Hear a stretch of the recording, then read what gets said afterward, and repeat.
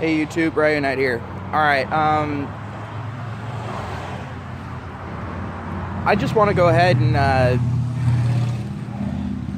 take a look at a little bit of gaming history and actually, try to figure out, what kinds of things do gamers typically like, and what kinds of things do they typically dislike. Like, what makes games popular, what makes games unpopular.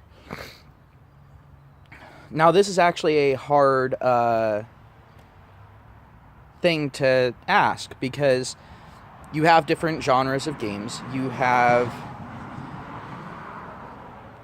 different artistic styles for games that have been popular.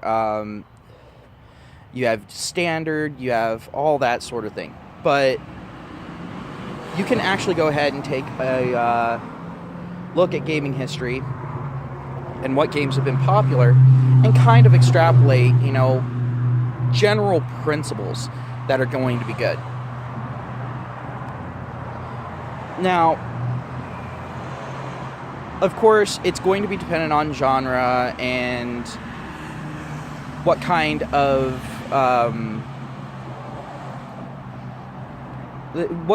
audience you fostered. If it's a brand new IP from a brand new studio, then it's not going to have a preset audience. So, it can target a specific audience, but it's not going to be it's not going to be all that predictable unless you're making something that's very targeted at an audience, which usually makes it so you're limiting your game. But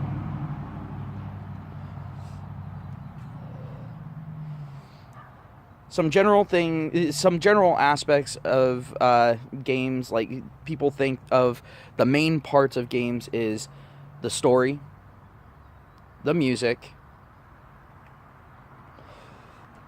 the gameplay itself, which has its own subset of things. We'll actually get into that later on, either in this video or in another follow-up video, since my camera for some reason doesn't like to record past 30 minutes.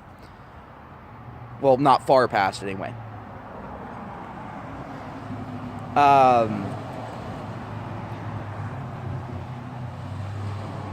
But then you also have the subparts in the story development. Music is kind of its own thing. It's more of a general aspect to it. The music is the music. You have to have musical timing. Does it sync up with the events that are going on? Because jokes have been made about games where they have this big, epic musical score, but the action on the screen isn't really matching up to that epicness. It's kind of eh. You have those kinds of situations that do arise in games, and people notice it because it's jarring.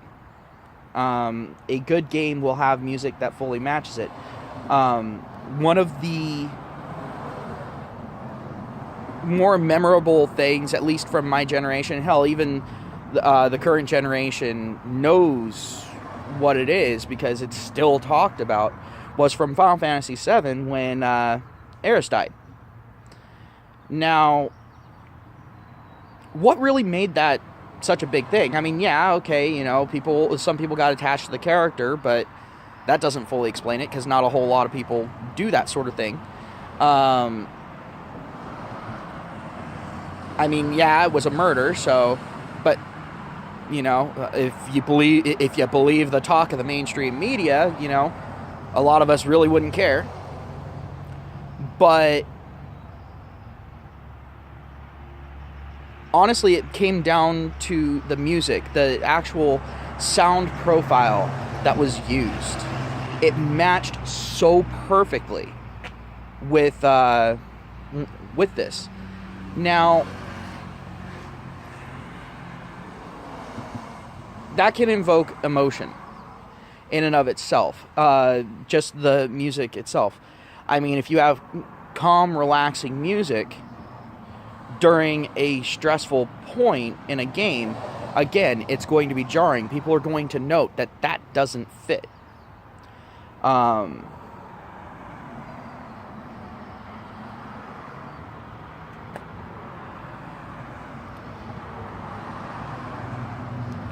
But I'm not really going to focus too much on music. I'm not a music expert. I'm not someone who listens to a whole lot of music. Usually when I listen to music, it's very specific songs. Like, I'm not a fan of any particular group or any particular artist. I'm a fan of songs. So I can sit there and love one song from a CD and absolutely despise every other song, or just be bored to tears by it. So I'm not the person to come to for music, because I have my specific tastes. But as far as the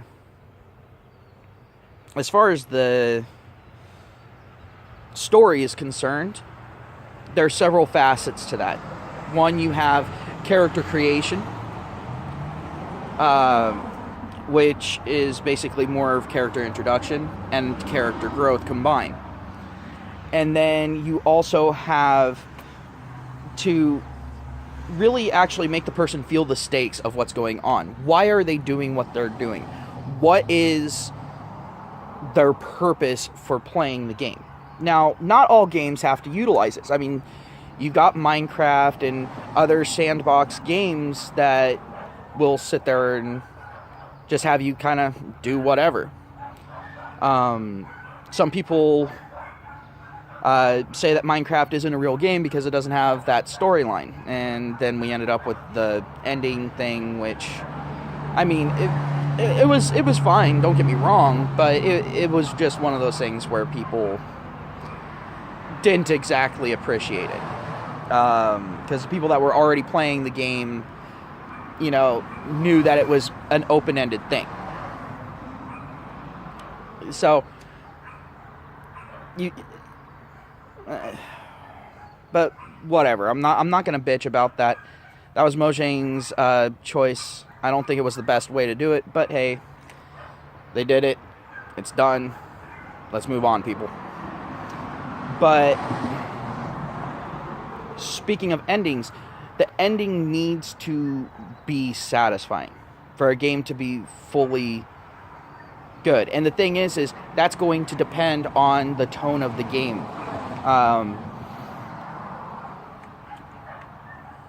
I mean, if the ending, just kind of is just instantly there, and there's no build up to the ending, people are going to get, what the fuck?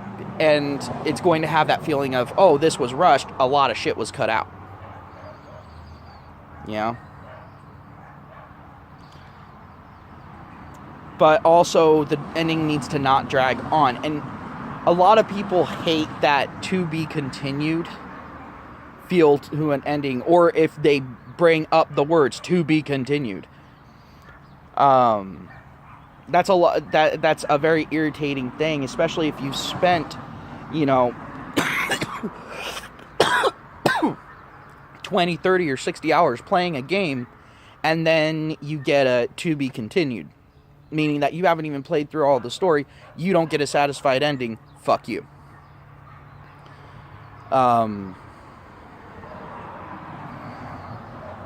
And then you have to sit there, if you want to see the ending to the story that you've just been playing through, you now have to not only wait for the next game, but you have to pray and hope that the current game that you're playing sold enough to where the corporate overlords approve a sequel. To approve that that game being actually ended at some other time, either in DLC or in a whole new sequel. So doing the to be continued thing you can view it in two ways. One is a show of confidence, and two, you can look at it as complete and total disregard for the consumer, because unless it's a big title like Call of Duty or something like that, you're not guaranteed a sequel. In fact, it's a really big gamble.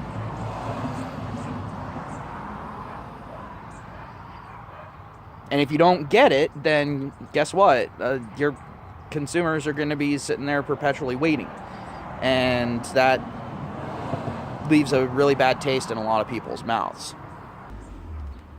Alright, and then you've got the next part of it. And it kind of ties in with the what are the stakes type of thing. It's like, why does your character specifically care about whatever's going on?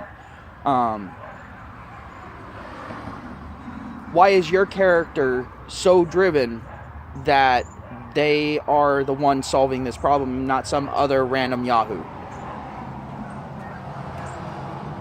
And there's multiple ways that people have done this in the past.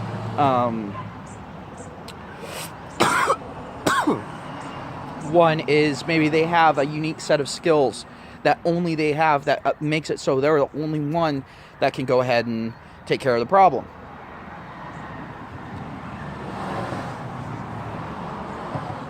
Maybe they're famous or notorious, and so they're called upon to do it. Now, there's kind of this set pattern of being a hero, where at some point the hero is supposed to refuse the call and all of that. Well, the thing is that doesn't have to be rigidly followed. And games have proven this before, where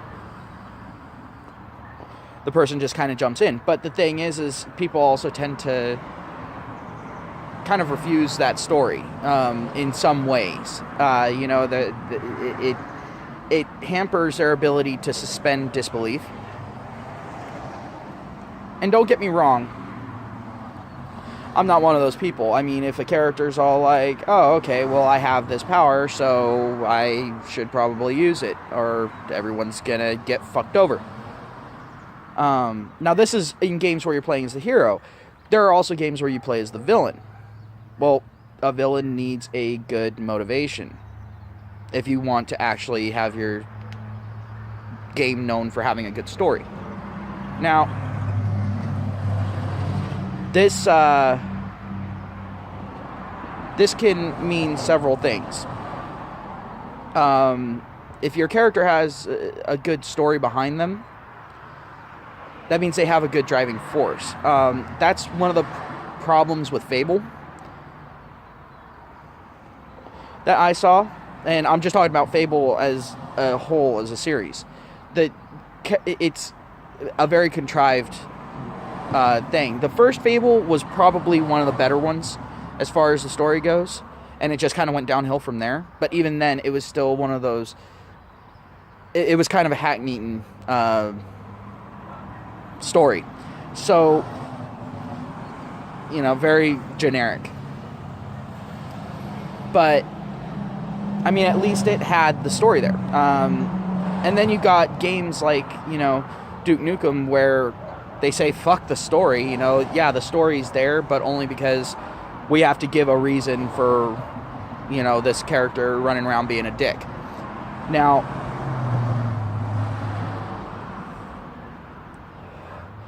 that also brings up something. You can have it to where the person absolutely hates the character. That's fine. They'll continue playing. I mean, hell, with The Witcher. The Witcher is very popular, but let's be honest. The main character doesn't exactly earn any awards for Person of the Year. He's not exactly the most upstanding person. Is there worse out there? Yeah, but I mean, you don't exactly necessarily like the guy. Now, you've also got characters that you know people are going to absolutely fall in love with and become more attached to. How do you take care of that? Reference Final Fantasy VII.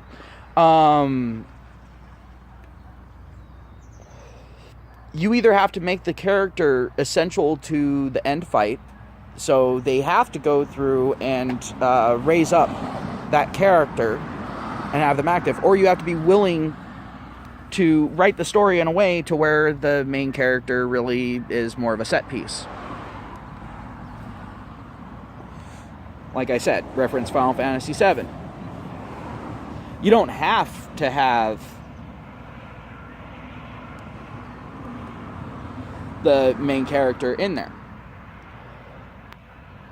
You can use the alternative characters.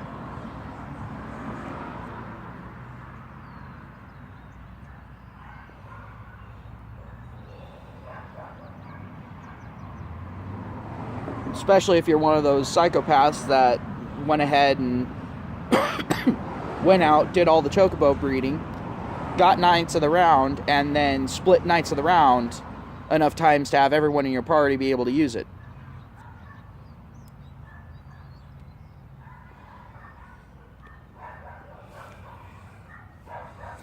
I was one of those. I actually did that on my first run through.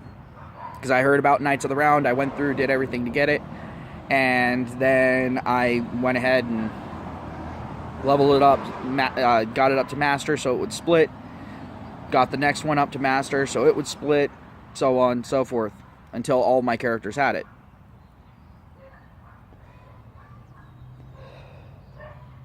Because I knew no matter how badass Sephiroth was going to be, there was absolutely no way that he was going to stand up to multiple hits from Knights of the Round.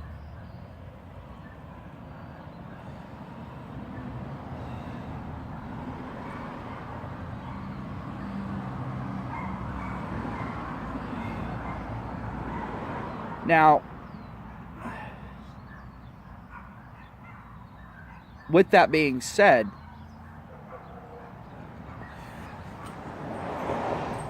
that's talking about games that that have multiple people, that have kind of a party system.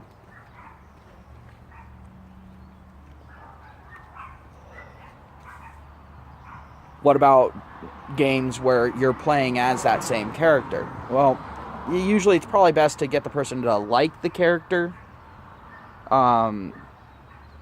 Whether you get them to like them because of their personality, or get them to like them because of their flaws, because they can somewhat connect with that character, whatever, whatnot. But there's got to be some level of connection there. It's very rare for games where you're not in a party system for you to have a character that you absolutely fucking despise. I mean, you have shit like Kane and Lynch and Duke Nukem and all that, but you notice that the groups that play that are much lesser. And I'm not saying every game out there has to appeal to the masses. You can have your niche games. That's fine. That's 100% okay. But you have to have it done in such a way that you're going to get enough sales to at least make up your costs.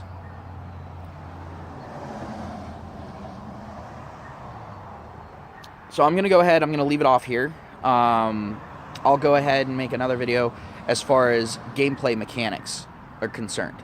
I kind of scratched the surface on that with my little Knights of the Round thing, but there's a lot that goes into game mechanics, and I don't think a lot of people realize how complex that can actually get, and all the different aspects that these developers have to take into account while they're making these video games, and trying to maintain a type of balance. So, have a good one, everyone. I'll go ahead and record that video once I've kind of gathered my thoughts a little bit on it. Take care of yourselves. Hope you have a great day, and I'll talk to you later.